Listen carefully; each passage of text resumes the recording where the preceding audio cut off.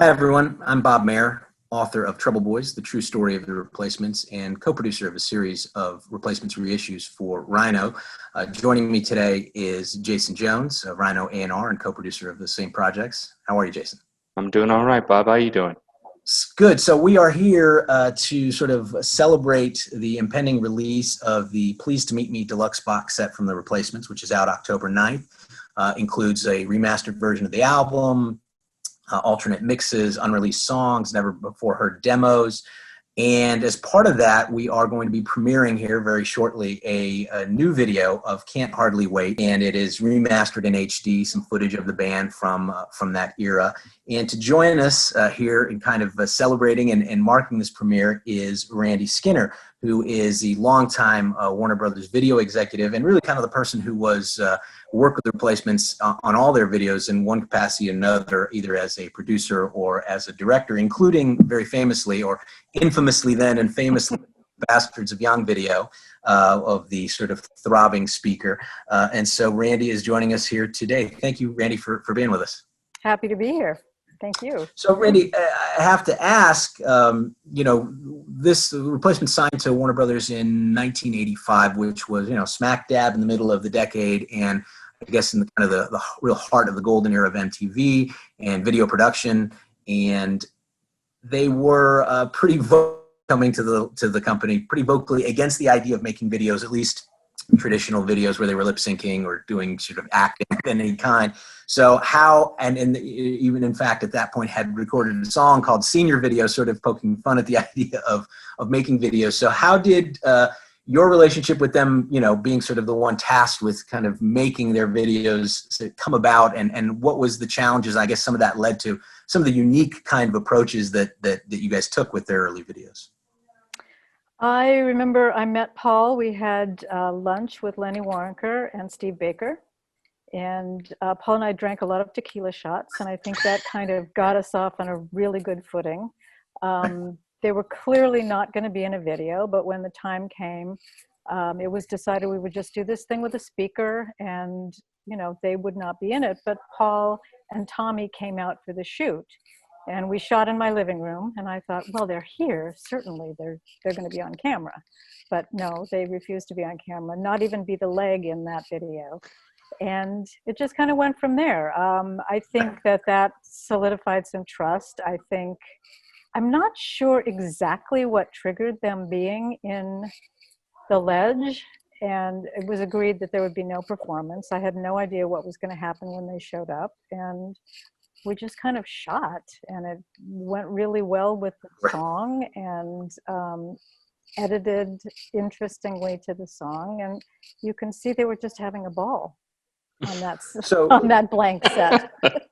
So it's interesting. There was a kind of situation where with the Bastards of Young video, you basically shot that speaker clip, mm-hmm. and it was also used with a couple other songs. I don't know how actually how often any of them got played on MTV, but certainly the idea was, let's make the most of this footage. And then so a couple years later, after they do Pleased to Meet Me and come back out to LA to kind of make video or videos for this album, sort of the same thing happened. Initially, I guess the plan was this was going to be just a video for the leg at that time, right? Right.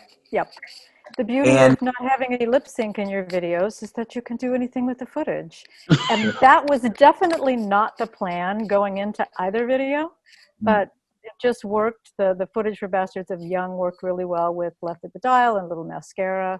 No one went into the ledge thinking we were going to do that, but then when it wasn't used, we did use it for other things.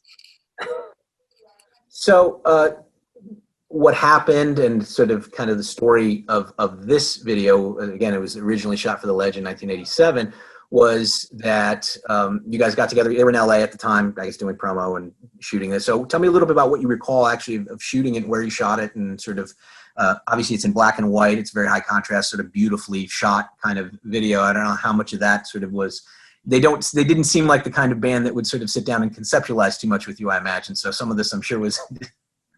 No, that my cohort on both videos, Bill Pope, who went on to become a very acclaimed director of photography, were like, yeah, let's shoot in 35 millimeters since we're not spending any money on anything else. That'll be awesome. So we did that.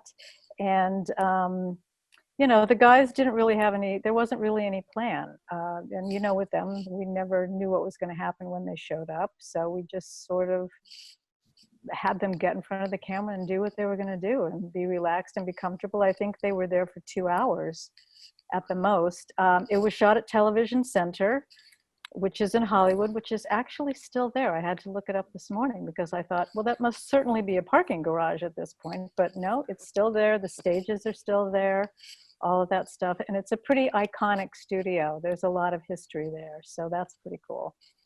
Was the thought, I mean, what's interesting about the video is in some ways, even though they're not performing or sort of revealing themselves through acting or anything like that, it's actually a very revealing video in that you're seeing them sort of doing nothing really and just, you know, scratching their ears and smiling and sort of eating their lunch in some cases.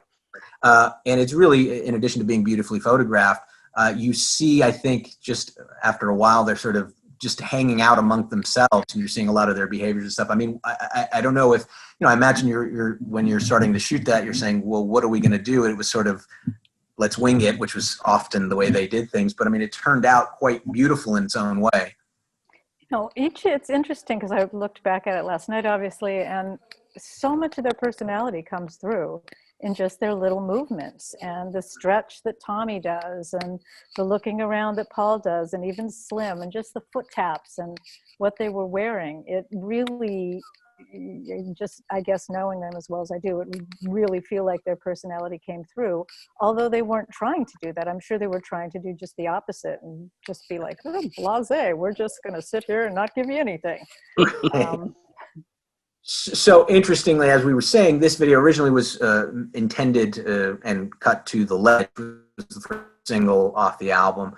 But as it turned out, MTV was at the time uncomfortable with playing that video because of the subject matter of the song, which was essentially teen suicide. There had at that time been a series of teen suicide clusters, and I think sort of MTV got cold feet. And, you know, you might have been argued that they sort of used the Replacements as a sort of way to take a stand without losing a very big artist at the time. Replacements were still very fledgling, and so they could say, well, we're not promoting this kind of thing. But it forced, it did impact the album in that radio stations sort of followed suit and stopped playing the record. And so they had to jump to another song, which ultimately became the next single, which is Alex Chilton, which did fairly well at alternative radio. But basically, you guys at a certain point, I don't know if you recall, if you were informed and saying, well, let's recut the same video or resubmit it with Alex Chilton. Yes, I did know that was happening.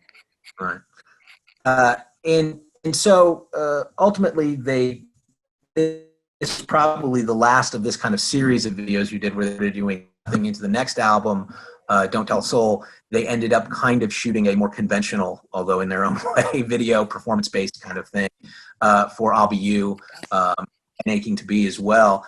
Was that a hard transition to sort of get them to go? I mean, I think all the Replacements videos in their own way are kind of classic, including the I'll Be You video, which is sort of, again, captures a lot, you know, maybe they more than they even intended.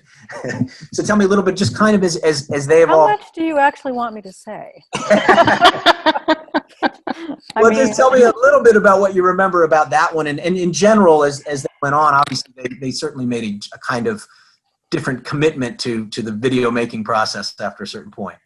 I'll Be You was a pretty spectacular drunken brawl, to be perfectly honest. I don't know if you want that in there or not, but yeah, I mean, it started off innocently enough, and then, you know, as with the live shows, when one gets a bee in one's bonnet, it just sort of spirals through the whole group, and that was that, and things were destroyed, and clothes were changed, and everyone was like, great.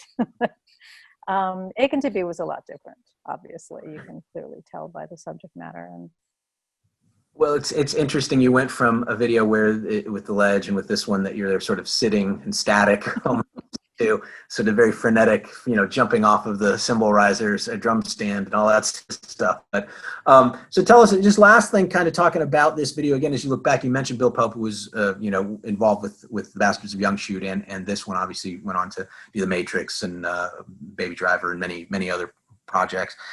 When you look back, I know you at that time, obviously directing and or producing hundreds of videos, certainly in that era. and even though the replacements videos are almost kind of anti-videos in a sense, they have kind of aged pretty well and sort of have built their own kind of reputation. I don't know what your sort of sense of that is. I mean, at the time, obviously, they didn't have the desired effect of getting a whole lot of airplay on MTV, but ultimately they are considered among sort of the best and most significant or artistic sort of video statements of their time. It's interesting. They became pretty iconic for not getting played. And that was in an era when black and white, you just didn't do black and white. Everyone was like, no, black and white, MTV won't play black and white. So I think there's that. And they were, you know, they're very photographic. They weren't a narrative. They weren't telling a story. They weren't obviously a narrative. They weren't telling a story, but they weren't, you know, the typical of video of their time. There was nothing in them that really dates them when you look back at them. Right. Which we didn't think about at the time. And in looking at some of this footage that's been sort of slightly tweaked and re-edited and RHINO going back through it as they remastered, that is kind of what jumps out. I mean, it looks like it could have just been shot yesterday. And you mentioned the black and white thing. It is interesting. I don't know, you know, if you want to say directly after this, but certainly there was a sudden surge of black and white videos, very famous ones that came out right after this, you know, the Herb Ritts stuff and you know, and Chris Isaac eventually and all that kind of stuff. So I don't recall, I mean, you would certainly know better, but it seems like your use and how beautifully it was shot, this kind of certainly put the idea in people's minds that maybe, you know, black and white was not only acceptable, but could be really impressive looking. Yeah, and there was that whole group of directors that were a lot artier and a lot, they were like, if someone said you can't do black and white, that's what they absolutely wanted to do. So there was that too. Classic contrarian. Yeah. Yes. Bucking the authority. Yeah, absolutely.